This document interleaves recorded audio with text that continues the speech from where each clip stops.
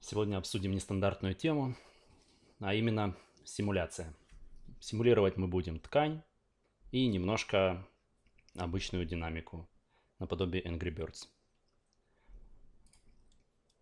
Значит, симуляция ткани, ну, по сути, это тоже анимация, но в отличие от анимации или какой-то другой области, где работаешь руками, симуляция менее предсказуемая. То есть, если, например, в моделинге мы моделим куб, и, например, мы хотим вытянуть одну из его сторон, то мы точно знаем, что из куба получится параллелепипед. Давайте поменяем метрику на сантиметры. Вот. А с симуляцией же это так не работает. Симуляция менее предсказуемая, и она считается на процессоре.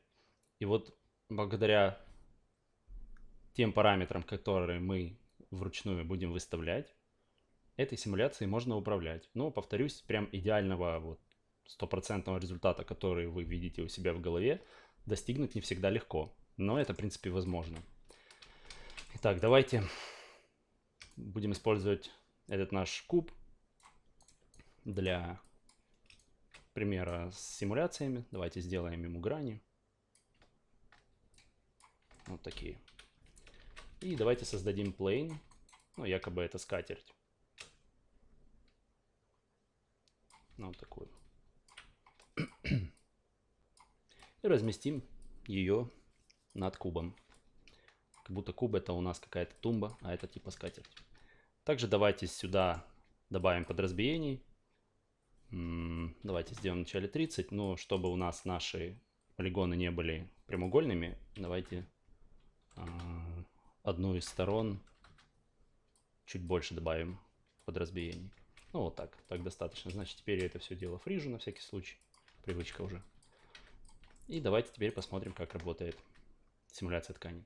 Сразу хочу сказать, симуляция ткани всегда запускается с нулевого кадра, ну или с первого. Там это можно выставить, но она не будет работать там с какого-нибудь 16-го, к примеру. То есть симуляция всегда начинается сначала.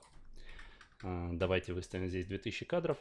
Понятное дело, что сейчас ничего нет, но нам для того, чтобы что-то было, нужно назначить enclose, ну, то есть ткань. Находится это в разделе fx, и здесь есть такой раздел enclose, и вот нажатием кнопки create enclose мы создаем специальную ноду, она называется solver, по-другому еще nucleus, вот она.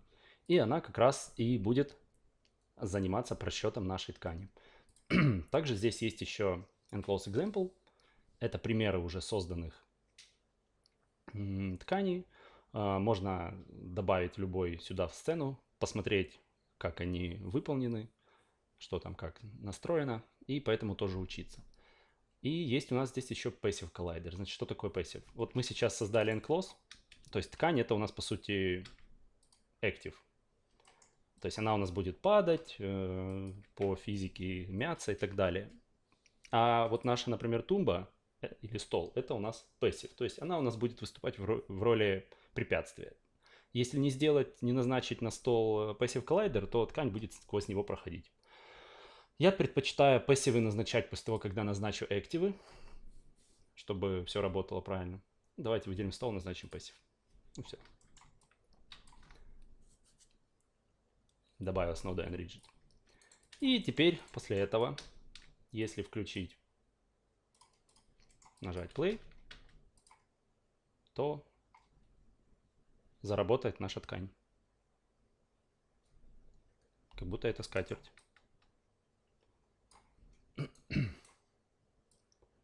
Сейчас на данный момент симуляция включена, ткань потихоньку начинает сползать под своим весом. Происходит это из-за того, что есть определенные настройки скольжения у ткани. И не только у ткани, а между passive и active объектами тоже. То есть есть настройки скольжения относительно ткани, когда, например, две части ткани у нас между собой трутся. Но также есть настройки относительно какого-то другого объекта. Вот сейчас у нас скольжение слабое, поэтому ткань съезжает. Давайте вернемся в 0 и зайдем в настройки. Значит, здесь у нас основные настройки будут, конечно же, происходить вот в нескольких первых вкладках в Attribute Editor. Это Dynamic Properties, Collision, конечно же. Вот. Но также, если еще поклацать ноды, здесь есть нода Nucleus, которая отвечает, в принципе, за всю физику.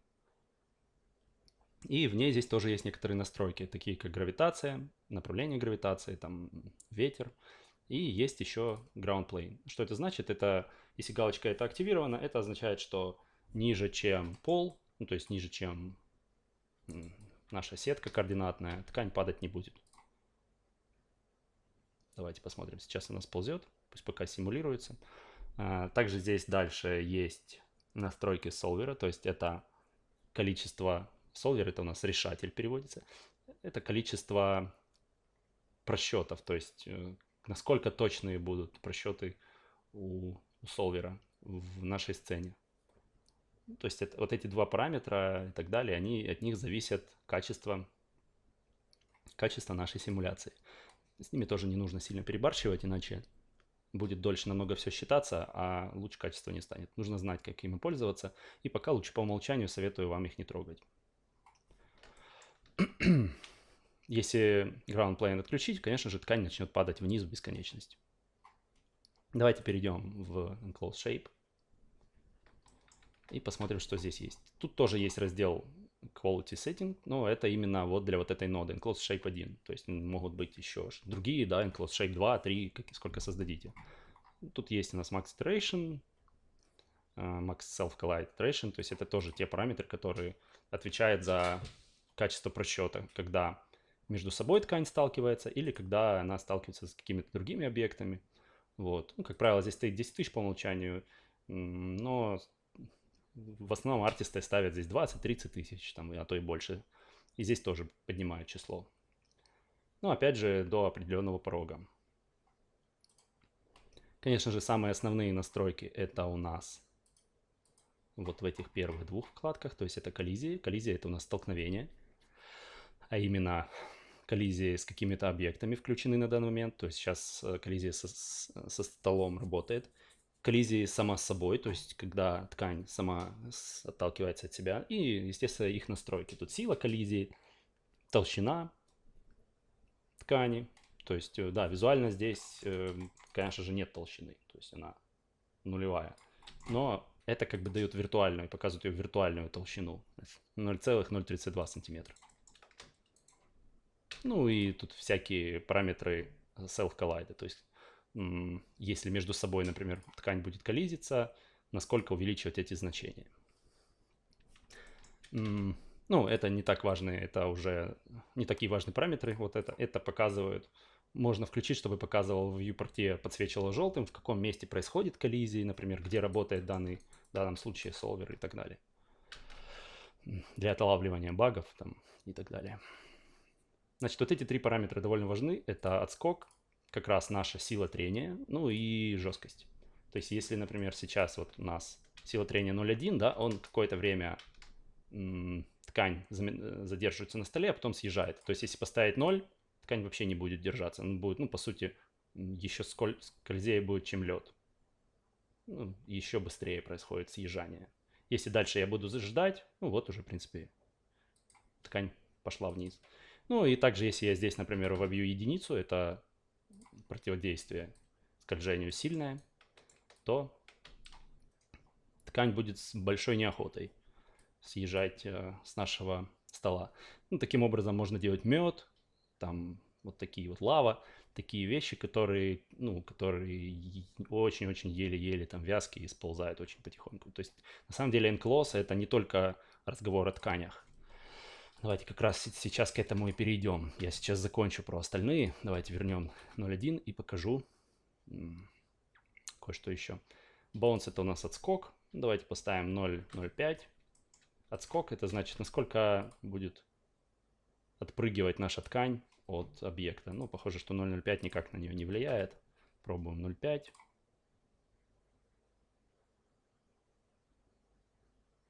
Тоже, ну, то есть это при столкновении, насколько будет реагировать сильнее наша ткань. Нужно найти, ну вот уже произошел сильный скачок при тройке. То есть, ну, например, при 1,5 тоже уже начинаются глюки. То есть там, где ткань соприкасается со столом, она начинает себя вести некорректно, она начинает отпрыгивать. То есть это сильный эффект, ну, пружинности. То есть как будто на диван прыгнул там, допустим, или на резиновое колесо.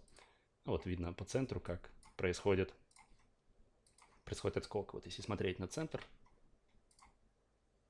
вот, даже при значении 1. Вернем 0, как было. Thickness — это жесткость. Ну, то есть можно сделать, что будет очень жесткая. Не совсем понятно, конечно, как оно влияет. Ну, можно это все дело поклацать и посмотреть.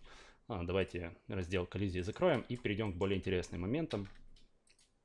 Это презеты. То есть кто не хочет вручную здесь все пытаться подобрать все эти параметры, здесь у нас есть презеты. То есть вот, например, airbag, да, ну и куча других. Даже бетон есть. Вот мед, лава, шелк, всякие футболки. Давайте выберем футболку, посмотрим, чем отличается. Тут сразу же, естественно, поменялись настройки. Вот этот эффект, когда плавно опускается ткань, это не из-за того, что там воздух или еще что-то.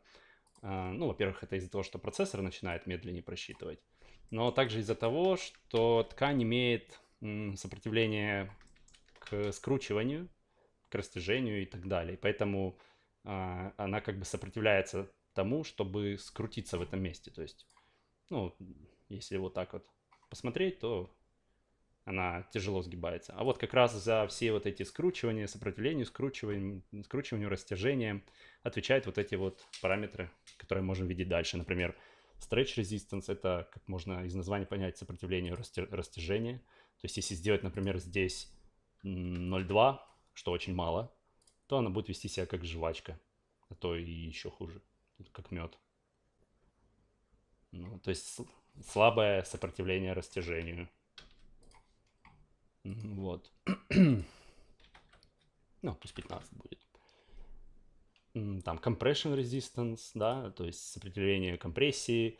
И вот наше сопротивление сгибанию. Если в 10 раз меньше поставить, то будет сгибаться чуть быстрее. Если вообще 0 убрать, ну, 0 это вообще нежелательно. То есть по физике, конечно же, должны быть какие-то сопротивления присутствовать. Даже у шелка. Тут тоже можно шелк выбрать. Ну и так далее тут. Shear resistant. Жесткость. То есть можно сделать не ткань, а стальной лист, например. То есть будет очень вот жесткий такой предмет. И вот здесь нужно поставить обратно 35, а то и даже 50. Ну, чтобы был эффект, как будто это тонкий стальной лист там, или лист из чего-то. Ну, опять же, чтобы не было этого следа, нужно дорабатывать. Ну вот, то есть с помощью этих всех настроек можно настраивать любую из видов тканей, то есть и резину, и не только ткани. Дальше мы переходим в некоторые более тонкие настройки. Ну и вот из интересных это вот этот раздел. То есть сейчас у нас там, как она себя ведет. Ну вот стандартное ее поведение.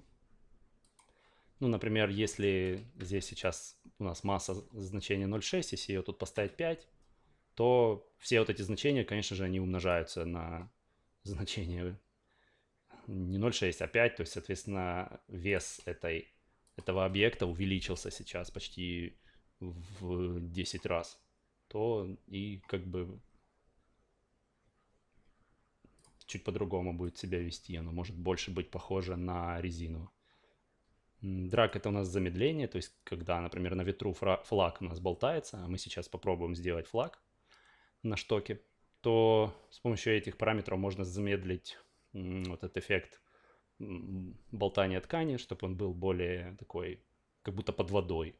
То есть тут же эффекты можно делать и не только на воздухе, но и как под водой. Ну вот, например, дамп этим за это отвечает. Если поставить 5, очень, очень плавно все здесь будет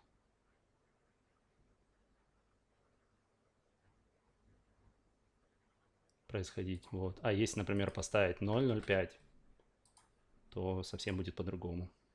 То есть вам нужно будет из всех этих параметров попробовать поклацать, поменять, посмотреть. Если что-то слишком сильно тут накрутите и забудете, как было, здесь можно всегда выбрать любой другой презет. Причем здесь есть презеты и полностью заменяемые, а можно частично заменить. Вот. Но также здесь еще, тут поставлю 0,5. Также здесь у нас есть еще... Давайте в шелк перейдем. Вначале шелк. Посмотрим, как он работает. И дальше еще разберем. Практически от футболки не отличается. Только почему-то silk — это у нас шерсть или шелк. Ладно, давайте вернемся в t-shirt.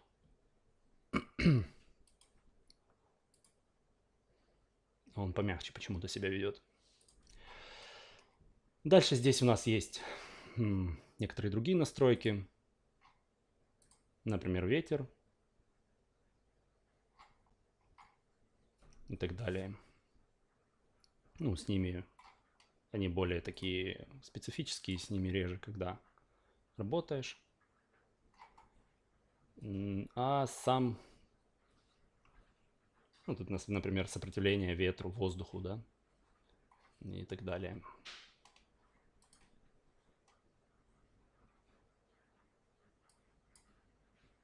Давайте посмотрим, что будет, когда включишь ветер.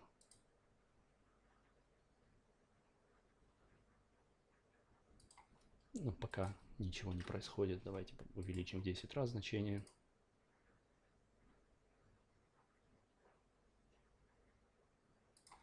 И давайте посмотрим, что у нас сейчас в ноде Nucleus.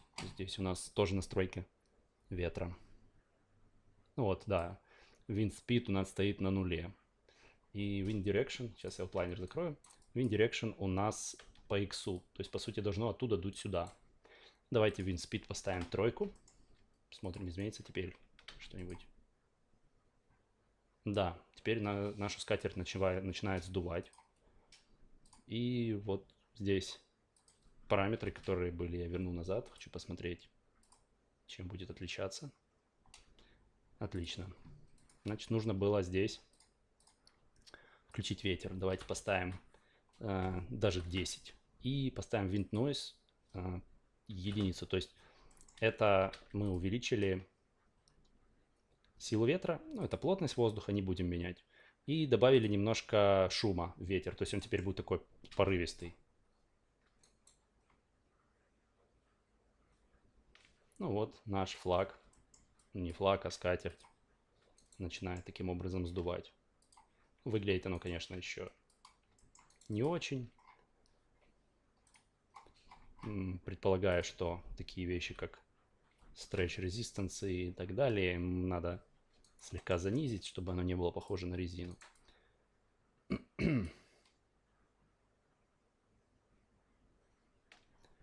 Также нету эффекта, как будто там воздушная подушка. И сейчас на данный момент я предлагаю перейти к созданию флага на флагштоке. И также покажу дальше работу с ветром и с констрейнами физическими. Давайте обнулим нашу сцену. Я быстро сделаю флагшток. Вот такого будет достаточно. И сделаем опять новый плейн. Вот такой. Конечно же, у него также будут подразбитые полигоны.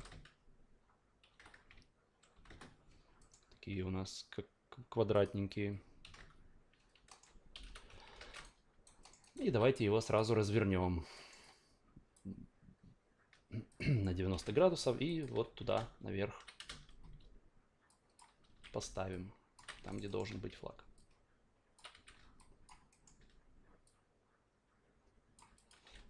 Также для физики очень важно, так, давайте я его хочу развернуть, для того, чтобы он был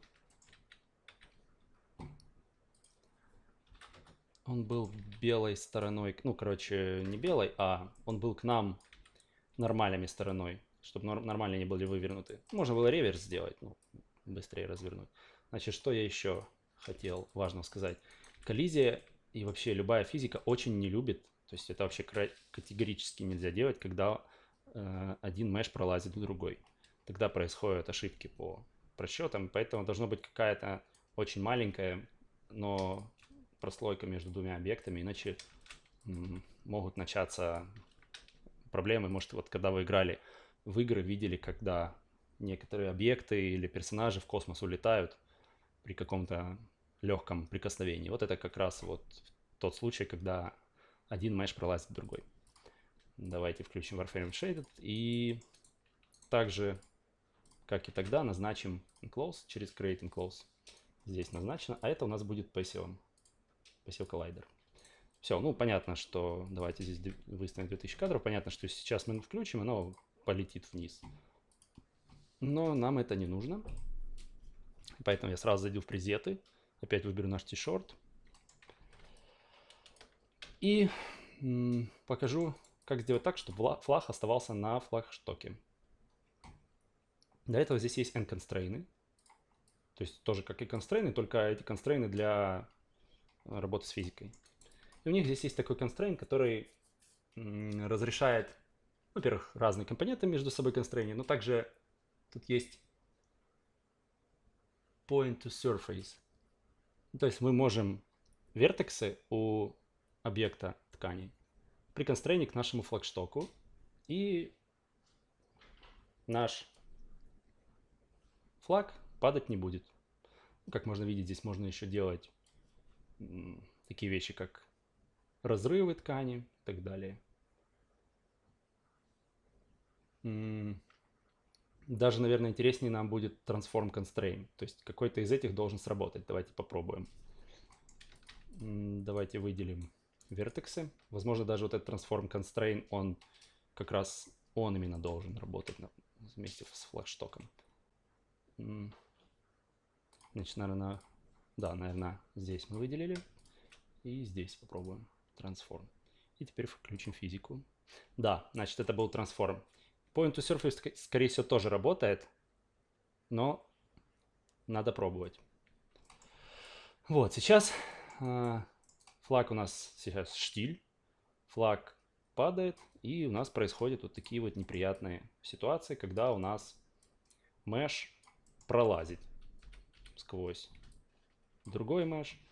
Ну, это может быть по разным причинам, начиная от того, что я здесь мало сделал вертикальных лупов, подразбиений, и заканчивая количеством итераций для просчета. Можно, для начала можно попробовать в Quality Setting добавить больше итераций. Например, здесь 10, а здесь 30 тысяч. И посмотреть, будет ли отличаться.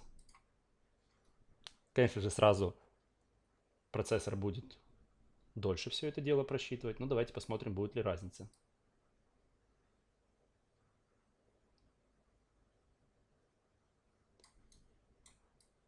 Ну, разница, очевидно, есть. Немножко по-другому все выглядит. Но все равно ткань пролазит сквозь. Давайте посмотрим еще наш общий нуклеус. Что здесь у нас? Если здесь мы сделаем в 2 раза больше значения. Скорее всего, эту проблему решит добавление дополнительных лупов на флагшток.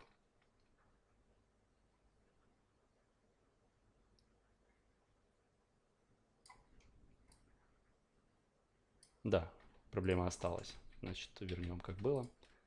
Сейчас это не очень хорошо, что на существующий Passive Collider мы будем добавлять какие-то лупы, но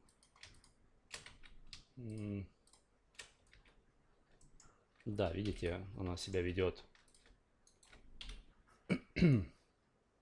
не очень предсказуемо, а поэтому по-хорошему нужно было вот эти наши вертексы, их прямиком подключать не к этому объекту, а здесь сделать несколько локаторов и уже их констрейнить к локаторам. Ну, а локаторы, самой собой, бы являлись статическим объектом. И тогда мы могли бы с этой штукой работать. Ну, давайте, наверное, тогда так и сделаем. Remove and close. Значит, сейчас, скорее всего... Нет, работает. Ну, коллизиться только не будет. Значит, давайте попробуем еще раз. Если не получится, тогда перейдем к работе через локаторы.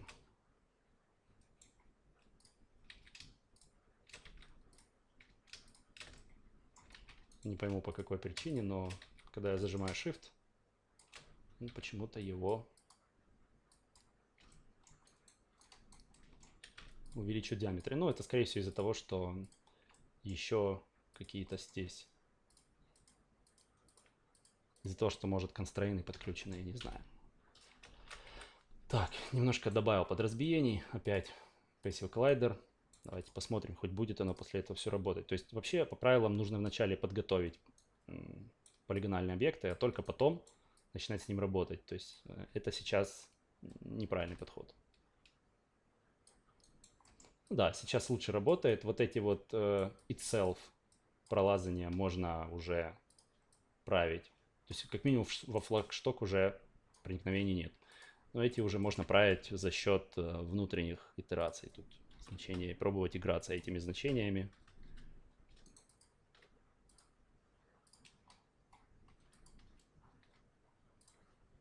И, соответственно, смотреть, как оно будет влиять.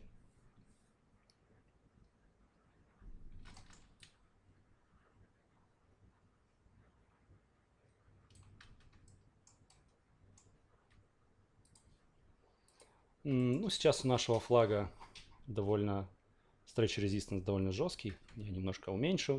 Bend resistance, в принципе, тоже можно поставить чуть меньше.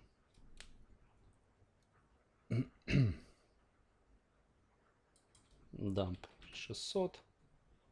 Масса 0.6 пусть будет. Вот. И давайте теперь добавим ветер.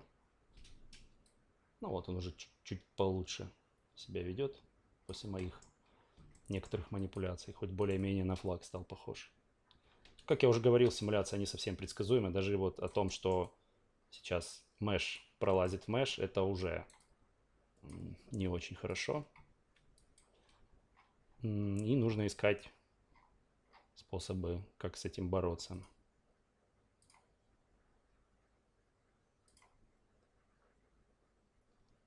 Так, а если здесь мы не будем включать, а включим в нуклеусе? Давайте посмотрим. WinSpeed 5 и WinNoise единица. Давайте посмотрим, будет ли работать ветер в таком случае. Да, он будет работать. Но для массы данного флага, то есть у него есть масса 0.6, наш ветер довольно слаб. То есть, нужно усиливать. Для того, чтобы сразу это не делать, можно вот попробовать вначале поиграться с шумом wind noise, то есть с порывами ветра.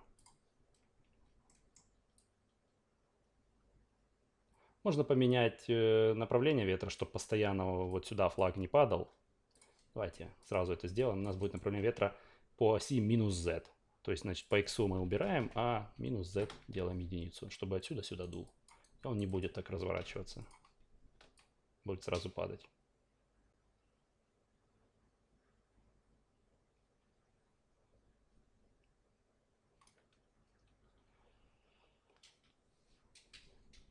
Да, по x было чуть красивее.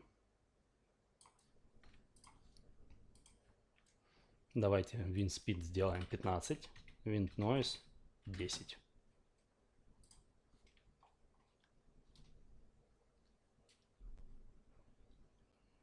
Да, коллизии очень сильные, с ними нужно еще пытаться продолжать бороться, но давайте пока не будем обращать на них внимание. Посмотрим, как себя ведет. Ну вот уже чуть более похоже на флаг. Порывы, наверное, слишком я сильно сделал, то есть у нас wind noise, возможно, чуть не надо меньше сделать, но уже даже с взаимными проникновениями, но флаг все равно уже развивается, в принципе, как положено флагу. Можно wind noise оставить 10 и попробовать увеличить скорость ветра.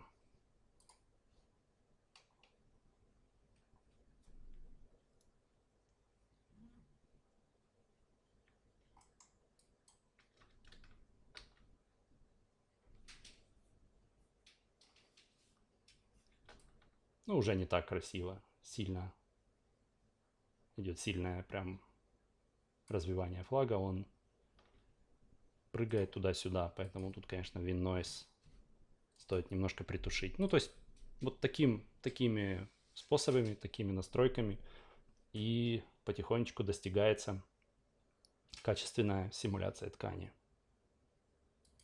Не, WinSpeed 15 было лучше. Давайте попробуем вот здесь в солвере также сабстепы увеличить. 10 здесь и 11, например, здесь. Ну, вначале можно поставить от фонаря. Видите сразу же, как тормозить стало. Но, тем не менее, ничего лучше, лучше от этого не стало. То есть коллизии также плохо проходят.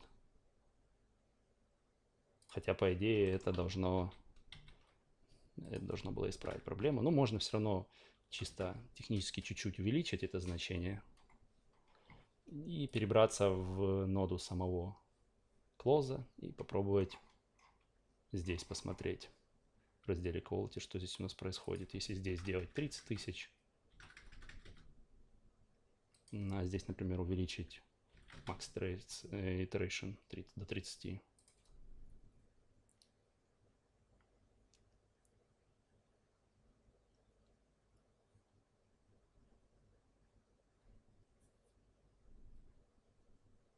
Ага, я понял, как мы можем это сейчас сделать. Значит, я забыл совсем про настройки коллизии, они у нас просто были скрыты. Здесь у нас есть толщина. У нас проблема вся сейчас как раз вот в этой толщине. Скорее всего, из-за того, что я презеты применял, здесь было раньше 0,035 что-то. Сейчас здесь все по нулям, соответственно, толщина у нее никакая, то есть нулевая. И, конечно же, у нас происходит пролазание. Теперь, после внесения этих настроек, теперь должно немножко это дело улучшиться. Но также, так как мы здесь слишком большие значения с перепугу ставили, давайте эти цифры чуть поменьше сделаем. Ну, они тоже останутся больше, чем раньше, но чтобы хотя бы чуть быстрее происходила симуляция.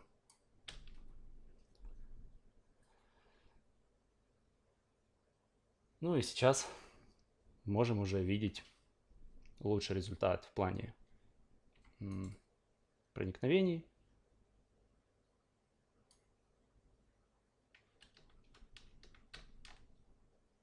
Флаг, в принципе, развивается. Кому нравится сильнее, чтобы его трепало, можно, как я уже показывал, настраивать ветер здесь. Также эти параметры можно анимировать. Например, можно сделать, что wind direction будет постоянно меняться. Например, он по Z в этом кадре он по Z, в следующем там, через 100 кадров он уже по X, и тогда флаг будет трепать во все стороны. Ну и остальные параметры тоже можно ключевать. Теперь давайте еще я вам покажу, что такое кэш. То есть, насколько вы заметили, я нажимаю play, но оно все очень тормозит, да, и мы не можем больше посмотреть никак эту симуляцию, нужно заново нажать просчет. Ну, для этого здесь есть такая хорошая вещь, как cache and cache. Это то, как раз, что нам помогает увидеть нормальную симуляцию. Мы можем всю эту нашу просчитанную ткань запихнуть в кэш. То есть, по сути, это каждом кадре кэш сохраняет значение наших вертексов, и потом просто это проигрывает все без тормозов. Ну, тут, в принципе, настройки стандартные, просто нажимаем Create. И теперь ждем просчет. Пока система все это заново просчитает. Но она, мало того, что сейчас в данном этапе это все просчитывает, она также все это заносит в кэш. И если сейчас остановить симуляцию, то вот на том кадре, на котором симуляция остановлена, вот с нулевого кадра по тот кадр у нас будет проигрываться анимация без тормозов. Ну, давайте чуть подольше это дело. Пусть поработает. Здесь в настройках Encache, а также там есть, сейчас не могу зайти, там есть настройки, где, ну не настройки, а кнопки меню, где можно перезаписать кэш, удалить кэш и так далее. Также можно этот кэш будет выгрузить в специальный формат, называется Alembic. Этот формат поддерживает многие движки. То есть это, по сути, анимированные вертексы, анимированный меш. Меш, который может без костей сам по себе двигаться. Ну, а минус такого подхода, что такой меш, как правило, очень много весит, потому что нужно содержать большое количество информации о вертексах. Поэтому, конечно же, стараются использовать разные способы симуляции. Если, например, это мобилки, то, ну, сейчас мобилки довольно мощные уже стали. Но раньше такие симуляции, как вот сейчас флаг, их просто переносили на большое количество костей. То есть специальные есть скрипты, которые по длине и по ширине рандомно или не рандомно, или четко выставляют автоматически большое количество костей, потом автоматически скинет меш к костям, и после этого анимация передается на кости, а enclose симуляция просто удаляется. В таком случае кости управляют тканью и вместе с тканью идут в движок, и в движке уже работает с меньшей нагрузкой. Ну, а, конечно, компьютеры сейчас современные движки, такие как NVClose, ApexClose в Unreal Engine, другие, они могут прям делать эту симуляцию в реальном времени, используя мощности видеокарты. Ну, у нас уже почти все до конца просчитало. Сейчас он остановит. Посмотрим, что у нас получилось. Окей. Кэш создан.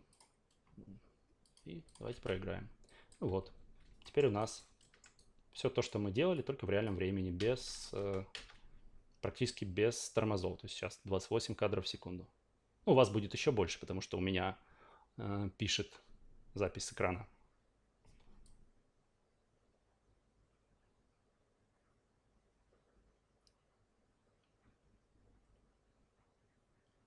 Ну, так это все работает. Значит, по поводу Олимпика. Здесь меню кэш. На данном этапе здесь активен только Geometry кэш. Ну, это, по сути, тот же самый практически кэш, который мы только что использовали. Он там создает кучу файлов, и все это дело, в общем, хранит в файлах. Но Alembic — это всего лишь один файл, очень, кстати, удобный. Его нужно для начала включить в плагин-менеджере. Это вот три вот эти первые галочки. ABC, Bullet, экспорт-импорт. И теперь после этого у нас здесь появляется Alembic кэш. Соответственно, вот после того, когда мы все это дело закэшировали, можно просто выделить, зайти в Alembic кэш и здесь куда угодно его сохранить, заимпортировать и так далее. Ну, если, например, то есть вот там export all to Alembic, export selection. В данном случае можно export selection to Alembic, потому что у меня выделено. И потом этот AMB или AMC файл, он дальше уже пойдет куда угодно. Его можно кинуть и в 3D Max, и разные другие приложения. Он там будет просто вот этот флаг без всяких костей, как я уже рассказывал, развиваться. Значит, на данном этапе ролик будем заканчивать. У вас по домашнему заданию это будет, наверное, самое простое. На самом деле в симуляции легко разобраться. Одновременно и легко разобраться, но сложно сделать качественно симуляцию ткани. То есть на основе вот этих констрейнов вы можете делать не только флаг, а и кучу других симуляций, к примеру, когда что-то несем в руках, что-то связанное с тканью. Можно использовать локаторы, то есть они работают, просто делаете несколько локаторов, там, или один локатор, да, и к нему просто констрейним вертексы, как я уже показывал. И эти локаторы потом можно заанимировать, они будут летать по сцене, соответственно, флаг будет двигаться за ним. Вот. Не допускайте моих ошибок. Вначале сделайте на флагшток тоже подразбиений больше, чтобы система понимала и не было пролазаний сквозь флагшток. Система, значит, клоузов работает на основе перекрестных связей, то есть она постоянно ну, меряет, скажем так, какие-то нагрузки по параметрам, по диагональным связям таким специальным. И поэтому, если, например, здесь полигонов мало, то она будет просто как бы сквозь эти полигоны пролазить. Также не забывайте, что анимация симуляции начинается с нулевого кадра. Там это можно, этот параметр, подкрутить, что с сотого, там с любого, который вам нравится. Вот. Ну и, в принципе, на этом все. Удачи!